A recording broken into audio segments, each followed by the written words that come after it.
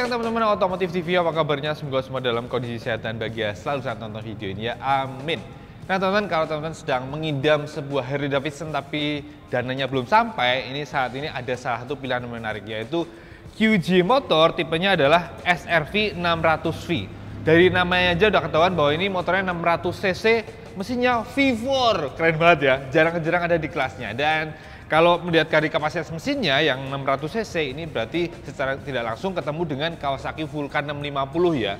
Atau di Honda ada Rebel 500 ya, lebih kecil sih, tapi minimal kelasnya sama-sama cruiser. Tapi ini harganya lebih murah, hanya Rp179.900.000 on the road Jakarta. On the road Jakarta itu loh. Itu lebih murah jauh dibanding Vulcan yang mencapai 220 juta. Kalau Rebel 500 itu sudah 202 juta.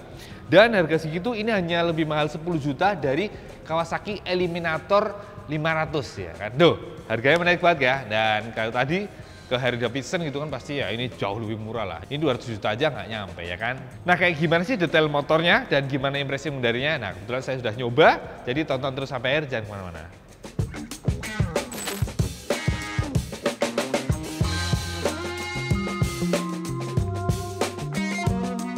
Oke, kalau desain secara keseluruhan ini mengingatkan saya pada Kiwe Benda V252C atau ada Wemoto Morbius 250 ya. Ya, karena emang sama-sama cruiser dan kalau dua motor itu sebenarnya bikinnya kan satu grup dengan QJ Motor ya. Ini salah satunya yang persis banget, Morbius ada di samping kita. Nah, itu plek dengan Morbius.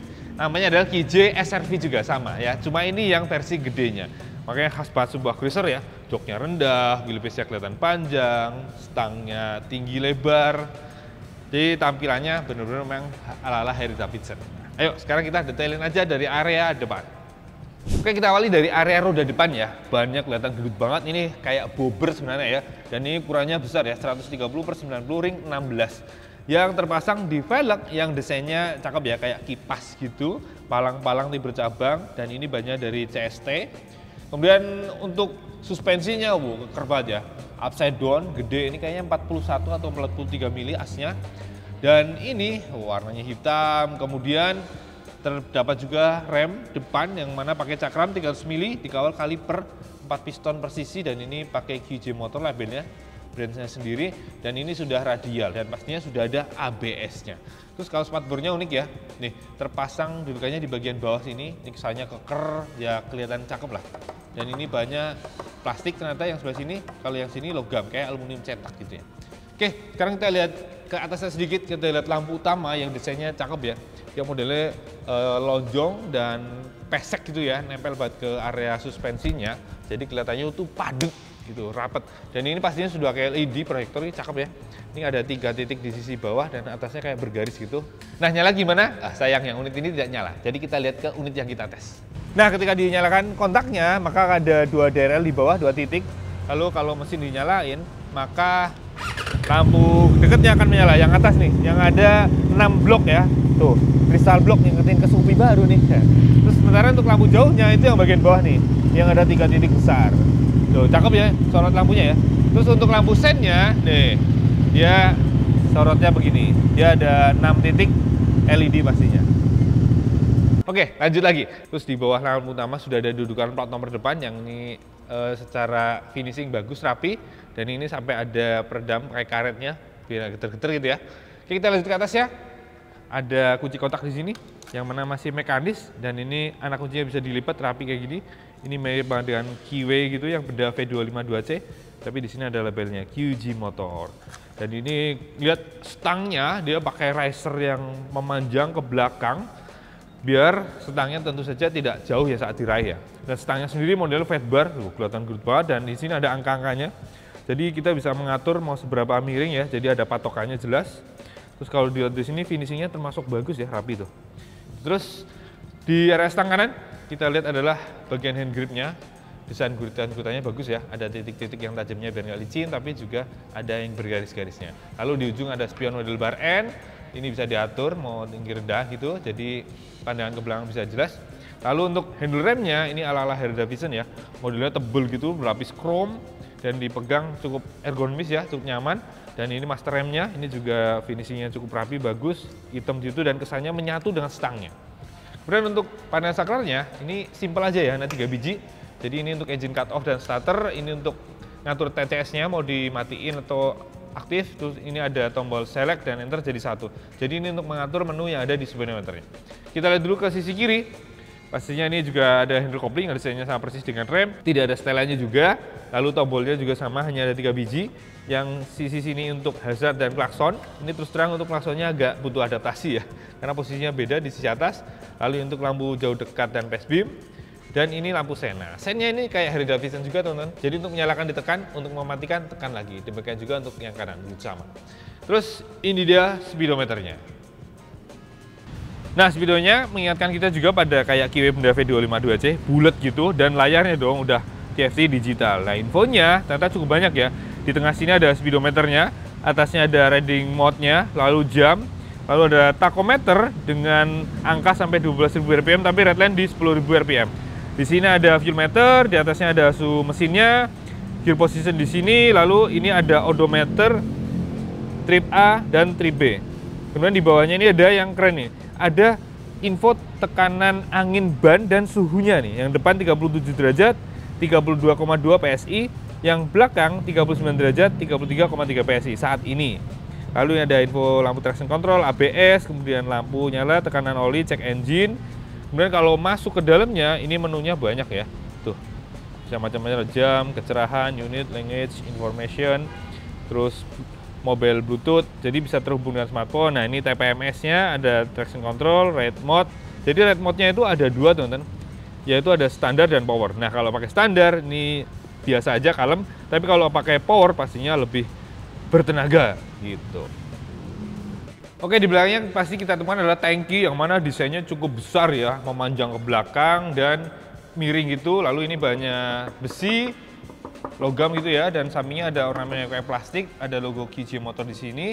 Dan di atasnya ada ornamen plastik juga yang didesain dengan finishing kasar gitu, sengaja bertekstur ya. Dan ini tutup tangkinya juga unik ya. Dia lihat dong, desain tutupnya tuh kayak lancip gitu. Dan ini model terbukanya kalau kita buka adalah ke belakang.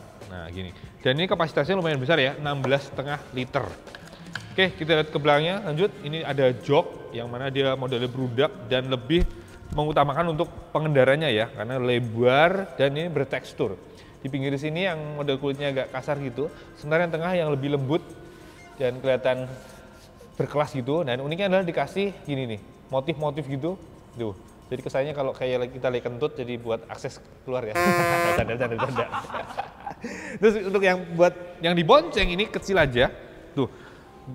Ramping dan motifnya ada dua ya jenis kulitnya, cuma adalah ini agak miring ke belakang ya, kayaknya yang dibonceng bakalan bisa agak miring ke belakang, jadi untuk memastikan tidak jatuh harus pegangan di depan itu ya, biar lebih akrab.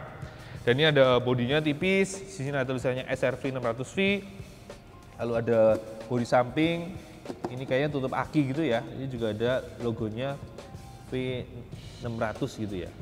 Nah, terus untuk area roda belakang ditopang suspensi ganda, ya kelihatan ada setelan period di sini, warnanya hitam dan terpasang di lengan ayun yang mana ini bahannya ternyata besi teman-teman. Tuh, dan kalau dilihat desainnya sih biasa banget ya, nggak nyeni-nyeni amat gitu ya. Pokoknya untuk lengan ayunnya kurang greng gitu ya.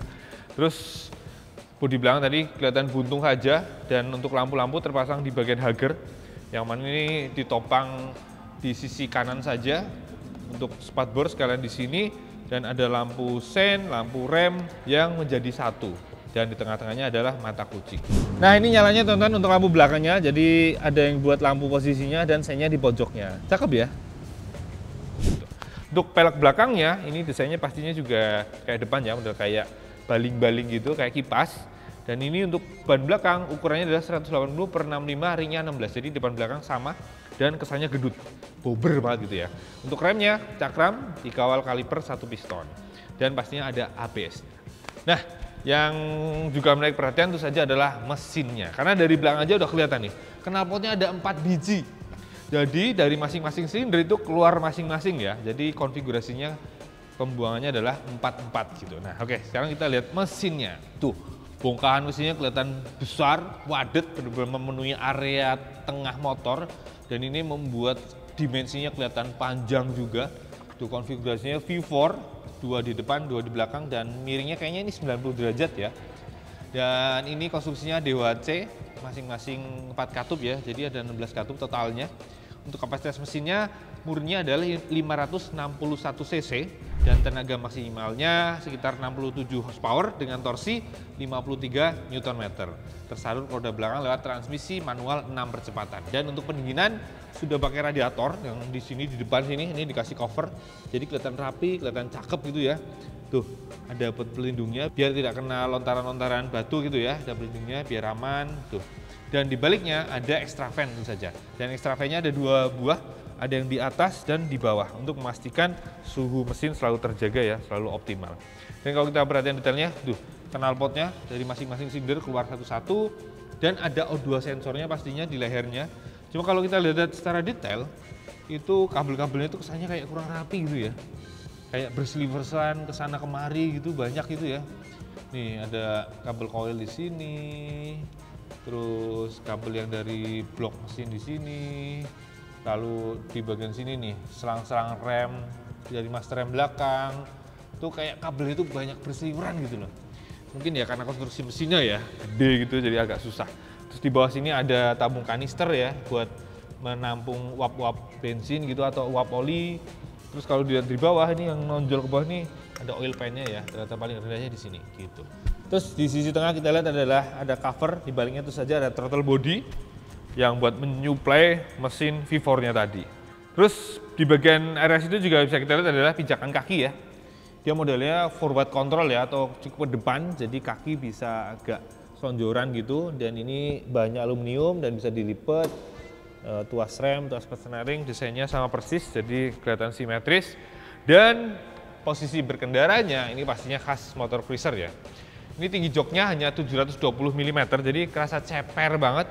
Saya tingginya 173 cm, bobot 65 kg. Tuh lihat, nampak banget dijamin ya. Buat teman-teman yang tingginya mungkin 165 cm, dijamin pasti tidak akan kesusahan ketika menapakkan kaki gitu.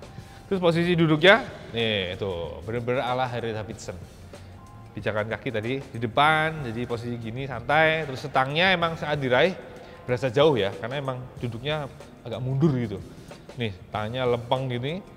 Terus dengan bobot mencapai 219 kg, memang ketika dirasain itu rasa antep ya, apalagi bannya emang lebar-lebar, gendut-gendut.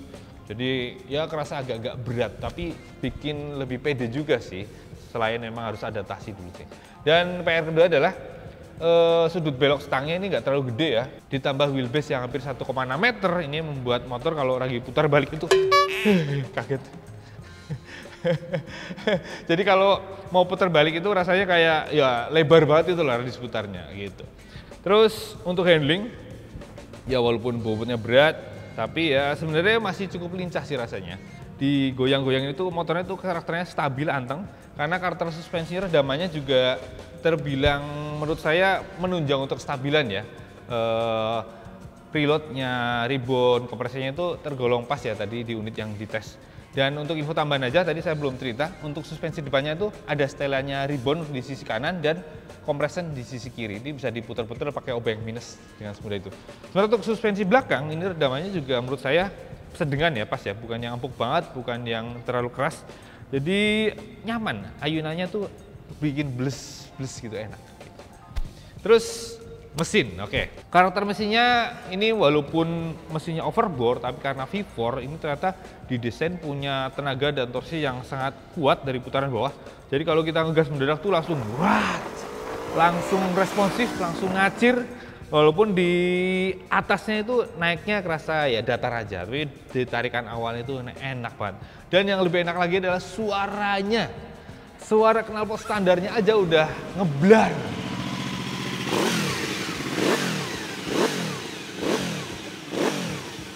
Apalagi mesinnya V4 tuh, kalau digeber-geber itu enak banget. Jadi kalau lagi pengen nyalip atau apa gitu, nggak perlu klakson, main ber-ber gitu aja udah, kendaraannya akan denger gitu. Terus kalau suhu mesin, ya karena mesinnya V4, ketika kita berkendara itu agak mengangkangi blok ya, jadi pasti ada rasa anget-anget gitu. Dan lebih anget lagi ketika suhu mesin naik dan kipas menyala, itu rasa hangatnya lebih terasa di sini. Cuma tadi sih belum sampai parah-parah amat ya, panasnya belum sampai mengganggu lah, masih oke lah. Mungkin kalau lebih hangat tinggal lebih digangkangin aja kakinya gini. Terus untuk pindah-pindah gigi, tadi saya rasa nggak ada kendala sama sekali. Tuasnya empuk, baik naik maupun turun gigi. Koplingnya juga empuk, nggak ada masalah. Terus remnya juga ini cukupan banget ya. Karena ya depan aja udah pakai double cakram, diameter gede, kalipernya radial 4 piston masing-masing. Ini sih udah cukup banget gitu.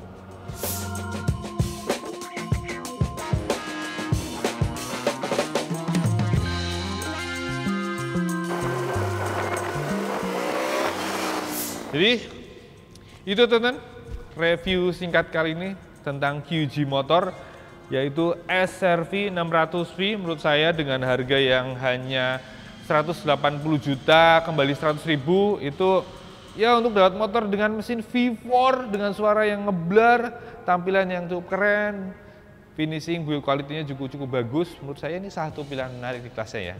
Buat teman-teman yang pengen beli Vulcan atau Rebel atau Eliminator, saya rasa sih mesti nyobain lah ya.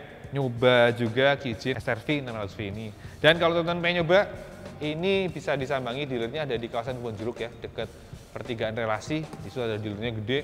Dan ini modelnya di sini banyak teman-teman. Gak hanya ini, tapi juga ada Matic 250cc dan sebagainya.